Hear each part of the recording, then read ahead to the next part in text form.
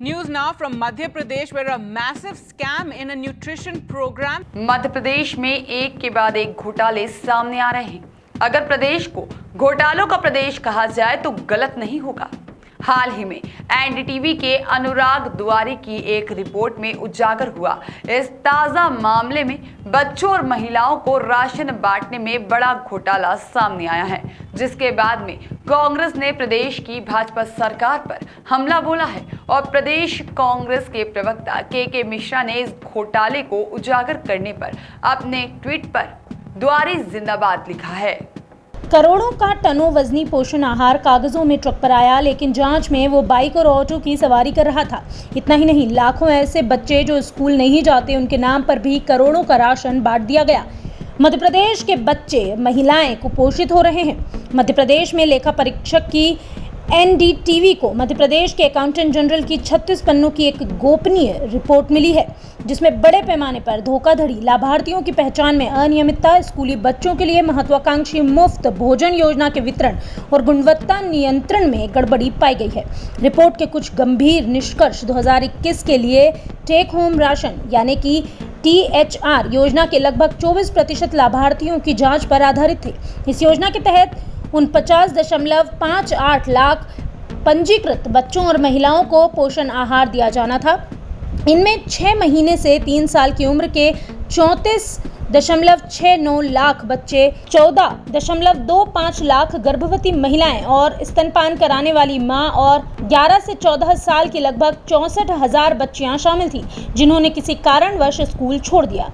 दावा किया गया कि 6 लाख कारखानों में 6.94 करोड़ रुपए की लागत के 1,125.64 मैट्रिक टन राशन का परिवहन किया गया, लेकिन परिवहन विभाग से सत्यापन करने पर पता चला कि ट्रकों के जो नंबर दिए गए हैं उन पर बाइक, कार, ऑटो और टैंकर पंजीकृत हैं। केंद्र और राज्य सरकार ने अप्रैल 2018 तक राशन के लिए पात्र स्कूली छात्राओं की पहचान के लिए बेसलाइन सर्वेक्षण पूरा करने को कहा। बावजूद इसके महिला और बाल विकास विभाग ने इसे फरवरी 2021 तक पूरा नहीं किया।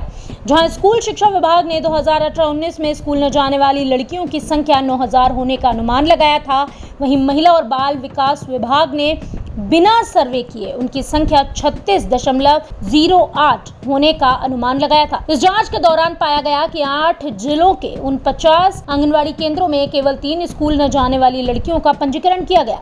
हालांकि उन्हीं 49 आंगनवाड़ी केंद्रों के तहत WCD विभाग ने 63,748 लड़कियों को सूचीबद्ध किया और 2018 और 21 के दौरान उनमें से 29,104 की मदद करने का दावा भी किया। साफ तौर पर यह आंकड़ों में हेरफेर करके 110.83 करोड़ मूल्य के राशन का फर्जीवाड़ा किया गया। इन सब के अलावा राशन निर्माण संयंत्रों ने भी उनकी निर्धारित और अनुमान क्षमता से अधिक उत्पादन की जानकारी दी। जब कच्चे माल और बिजली की खपत की तुलना वास्तविक राशन उत्पादन से की गई तो ये पाया गया कि 58 करोड़ की हेराफेरी की गई।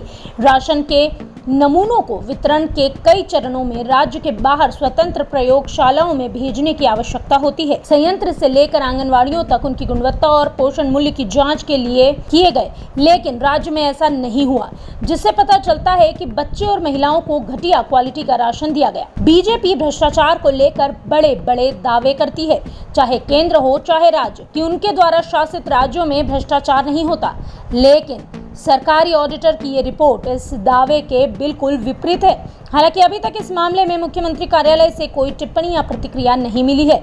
2020 में उपचुनाव में हार के बाद बीजेपी नेता इमरती देवी ने महिला बाल विकास मंत्री के पद से इस्तीफा दे दिया था, जिसके बाद से ये विभाग मध्य प्रदेश के मुख्यमंत्री शिवराज सिंह चौहान के ही पास है। THR कार्यक्रम का नेतृत्व और पर्यवेक्षण विभाग के अतिरिक्त मुख्य सचिव करते हैं। उन्हें राज्य स्तरीय निदेशक, 10 संयुक्त निदेशक, 52 जिला कार्यक्रम अधिकारी और 453 बाल विकास परियोजना अधिकारी या CDPO द्वारा सहायता प्रदान की जाती है।